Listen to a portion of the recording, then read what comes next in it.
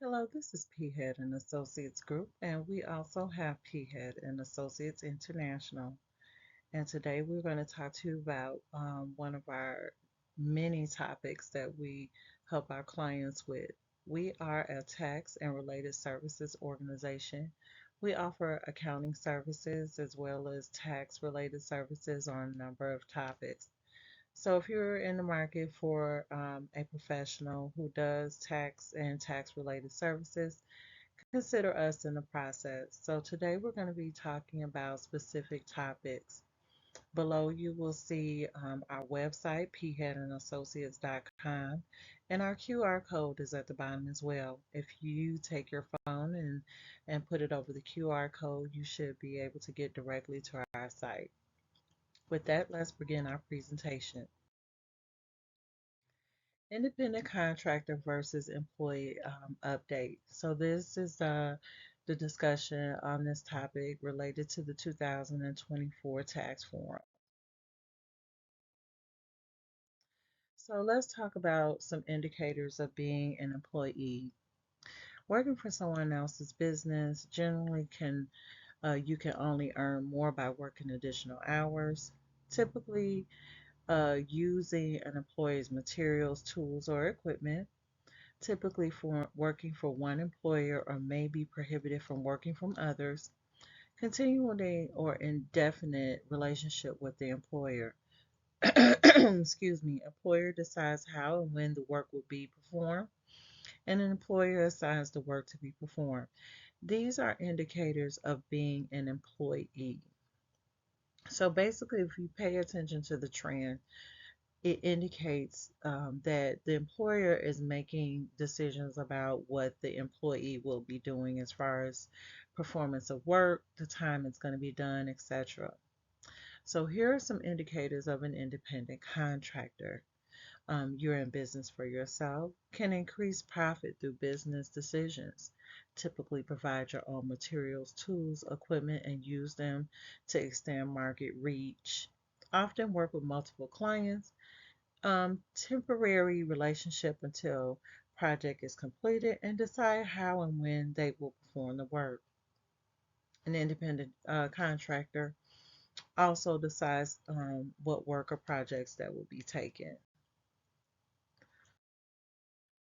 So, why does the correct classification matter? So, this affects the gig work economy, tax revenue, employee benefits, government program eligibility, and protections for workers who are misclassified. Independent contractor versus employee. So, an independent contractor is usually completing a W-9 form for the employer for tax identification, as well as 1099 NEC is usually issued at the end of the year to show the earnings for that contractor. The contractor usually will pay taxes. So that means the person receiving the 1099 is responsible for taking care of their own taxes. Typically, an independent contractor is completing a Schedule C, and this is usually attached to their 1040 form, which is the individual tax return. Employees, on the other hand, typically are submitting a W-4 form, and this will allow the employer to do the appropriate tax withholdings, including Social Security taxes as well as federal taxes, and in most states, state taxes as well. This, of course, would exclude states that do not have personal income tax. And then the employer will remit the taxes during the course of the year as opposed to the independent contractor who's responsible for their own taxes. So here's the IRS common law. Here are the common law factors. So the behavior control covers facts that show if the business has a right to direct and control that work is accomplished and how the work is done through instructions, training, or other means. Financial control covers facts that show if the business has a right to direct or control the financial and business aspects of the worker's jobs. Relationship of the parties covers facts that show the type of relationship the parties had. Multi-factor test. So let's talk about the multi-factor test. So Revenue Ruling 87-41, 20-factor test. Number one, instructions. Two, training. Three, integration. Four, services rendered personally. Five, hiring, supervising and paying assistance. Six, continuing relationship. Seven, set hours of work. Eight, full time required. Nine, performing work on the employer's premises. And 10, order or sequence is set. 11, oral or written reports. 12, payment by hours, week, or month. Payment of business and or travel expenses, furnishing tools and materials. 15, significant investment. Realization of profit or loss, working for more than one company at a time, making services available to the general public, right to discharge, and the right to terminate. So these are some 20 test rules that determine, whether you're an employee or independent contractor. Sometimes people are misclassified, and therefore these 20 points are significant to consider.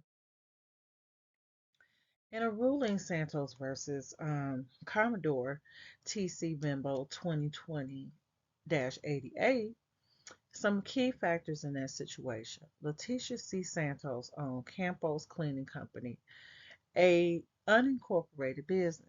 Campos Cleaning provided cleaning services to apartment complexes, and Santos hired workers to clean apartments. IRS determines workers were employees. Santos owed $125,799 in employment taxes from 2008 to 2010. Here are her issues. Should Santos workers be classified as employees or independent contractors for federal employment purposes? So the factors that were considered: right to control, most important, investment, work facilities, opportunity for profit or loss, a right to discharge workers, the relationship and permanence of the situation, and the parties' belief about what the relationship they had.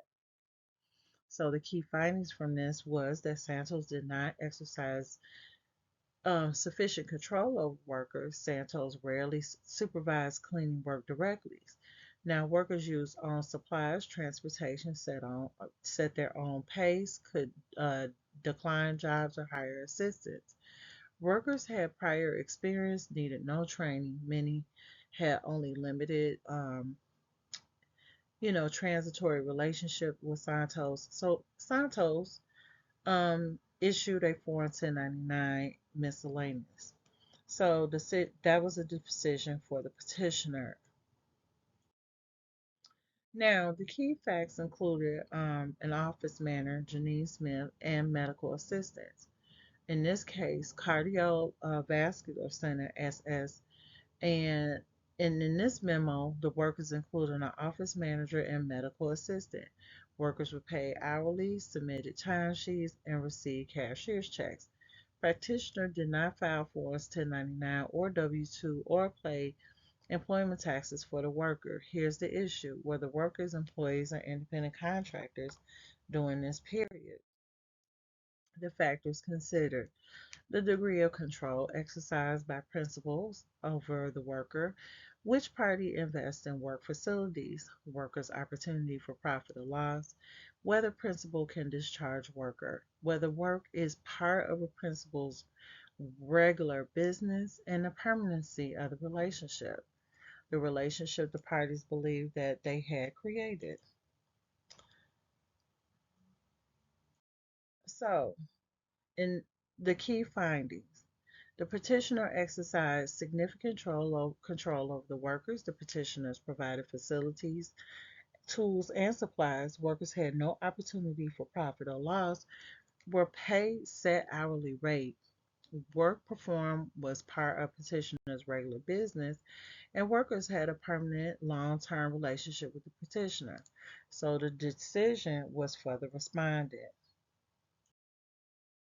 Fair Labor Standards, or FLSA.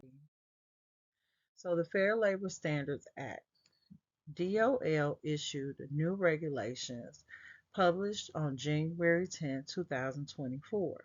So you can go to this agency website at www.dol.gov agency, and effective March 11, 2024, it was intended to protect workers. It provides updated guidance on proper classification, on whether people are independent contractors or employees. Under the Fair Labor Standards, or FLSA, economic reality, six factors. So, one, opportunity for profit or loss depending on managerial skill. Next, investments by the worker and a potential employer. Now, the degree of permanence of the work relationship, excuse me, nature and degree of control. The extent to which the work performed is an integral part of the potential employer's business, and the skill initiative. So, in this case, we had Pediatric Impressions Home Health Inc. Okay, and the situation was considered key factors was petitioner provided the petitioner provided at-home nursing service, hiring nurses to perform the services. Petitioner unilaterally began treating many nurses as independent contractors starting in 2016. Nurses' job duties and petitioner supervision remained the same after the change. Issue: whether the nurses were properly classified as petitioners' employees for employment tax purposes. So, the factors that were considered: the Fifth Circuit considered five factors to determine the worker classification: the degree of control exercised by alleged worker, workers' opportunities for profit and loss, relative investments of worker and alleged employer, and then the permanence again of the relationship, key initiative required for the work that was performed. In this case, the key findings were the control. The petitioner exercised significant control over the nurses. Profit and loss. The nurse had little opportunity for profit and loss. Investment. The petitioner made the main investments. The permanency. Indefinite permanent working relationship. And the skill initiative. Petitioner responsible for business aspects requiring skill initiative. So the decision was for the respondent. So, Section 530 relief. So, we're going to discuss this. Under Section 530 relief, a relief provision that terminates a taxpayer's employment tax liability with respect to an individual not treated as an employee, provides relief from employment tax liabilities for the service recipient regardless of the proper classification of the worker. It applies to taxpayers in cases involving determination of employment status, i.e., worker classification cases. Does not determine a worker to be an independent contractor. The employer provides relief from employment tax liabilities associated with the class of workers for which relief has been granted. The worker. Under Section 30, the relief does not change status of the worker. The worker can still be determined to be an employee through some other means. So, the statutory requirements. Reporting consistency. The taxpayer must have timely filed the requisite information returns consistent with its treatment of the worker as a non-employee.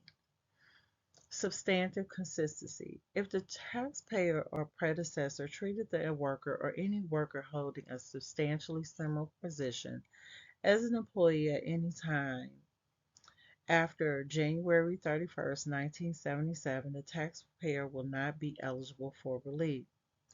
Reasonable basis. The taxpayer must have reasonably relied on one of the following three safe harbor factors: one, prior audit; two, a judicial precedent; or an industry practice.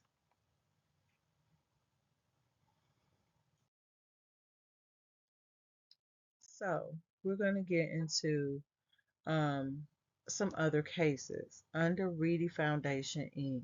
Here's another case. Richard M. Abraham founded the Reedy Foundation in 1980 as a 501c3. Abraham served as a board member and officer, had complete control over online real estate development course offered through the foundation. Abraham frequently worked 60 plus hours a week on the course, which was the foundation's only activity and source of income in 2014. The foundation paid Abraham $120,000 in 2014, but did not file employment tax returns or treat him as an employee. Issue whether Abraham should be classified as an employee of the foundation for employment tax purposes in 2014. So here are the factors to be considered. Statutory definition of employee includes any corporate officer, exception for officers who perform only minor services and receive no um, remunerations. Now, whether officer provides services in dual capacity as both employee and independent contractor. Common law factors like degree of control are alleviated by statutory employee status. So here are the key findings of the Reedy Foundation. Abraham provided significantly more than minor services that generated the foundation's entire revenue. No evidence of valid independent contractor relationship separate from Abraham's role as an officer. Foundation's lack of control over Abraham does not override his statutory employee status as an officer. So the decision for the respondent IRS, Abraham was classified as an employee. Form SSA, requested only in order to resolve federal tax matters. It requests a determination of a status of a workers and business can file. SS Form 8, Form SS-8 determination. This is a form of determination. It's computer services personnel, office workers, trade persons, and companion sailors. Form 8919 is uncollected Social Security and Medicare tax and wages. Report employees' share of uncollected Social Security and Medicare taxes due on that compensation. These forms are significant for addressing, you know, employee tax, etc., that have not been appropriately collected off of an employee or contractors, or misclassified contractors' wages. So there are some settlement programs. So collection settlement program or CSP. So IRM 4.23.6, an optional settlement program for taxpayers who are under a federal employment tax audit, may be eligible if not qualified for relief under Section 530. This permits the prospective reclassification of workers as employees and an examination if certain criteria are met. Under IRC 3509, the program allows employment tax liability to be reduced for the past non-employee treatment. Collection Settlement Program. All 1099s for employment contractors must be filed, must treat workers as employees going forward, and must still be in business. Their collection settlement program. We have a chart of that you can go over with the settlement program to determine whether it's collectible or not. So under the collection settlement program, settlement offers 100% of the offer, a full employment tax adjustment for the most recent tax year under examination computed using IRC 3509A if applicable. Then there's also a 25% offer, 25% for the most recent tax year under examination, computed using the IRC 3509A if applicable. And then lastly is no assessments. CSP offer if a taxpayer clearly meets the reporting and substantial consistency requirements and satisfies the reasonable basis tax, the requirements of Section 5.3 are fully met. So, Voluntary Collection Settlement Program, IRM 4.23.20. It allows taxpayers to voluntarily reclassify their workers as employees for future tax periods for employment tax purposes. A taxpayer will pay 10% of the amount in employment taxes that would have been due on compensation paid to employees being classified for the most recent tax year. A taxpayer will not be liable for any interest and penalties on the payment under the VCSP and will not be audited for employment tax purposes for prior years with respect to the worker classification for the workers. Voluntary Collection Settlement Program. Complete and submit an application using Form 8952 Application for Voluntary Classification Settlement Program. The application should be filed at least 120 days from the date the taxpayer wants to begin treating its workers as employees. Now, there are some consequences of misclassification. Consequences of misclassifying your employees versus contractors. Employer must pay back taxes for misclassified employees plus interest. A potential additional fine and penalty if local and government deems conduct was willful. An employer must retroactively pay any unpaid wage or overtime and provide any owed benefits and damage to employer reputation. Recent misclassification classes include Nike current lawsuit alleges misclassification of thousands of workers worldwide. Potential tax fines and class action lawsuits total over $530 million in damages. Arise Virtual Solutions. U.S. Department of Labor has asked a federal court to force a Florida-based customer service provider for major national brands including Barnes& Noble, Comcast, Disney, and Walgreens to pay back wages and liquidated damage to more than 22,000 workers after investigators found the employer misclassified employers as independent contractors and denied them their legally required minimum wage and overtime. So, with that being said, it is important for individuals to be very clear on whether they are independent contractors and employees, and employers need to be very clear on how they classify the people that work for them. If you have independent contractors, you need to be very clear on what it being an independent contractor means.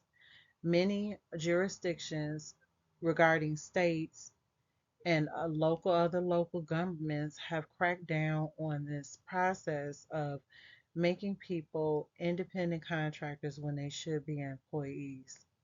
With that stated, I hope that this information has been helpful. If you have any further questions, feel free to get back to us. Contact us, Peahead and Associates, and our QR code again was at the beginning of the video. Thanks a lot, and we look forward to doing business with you.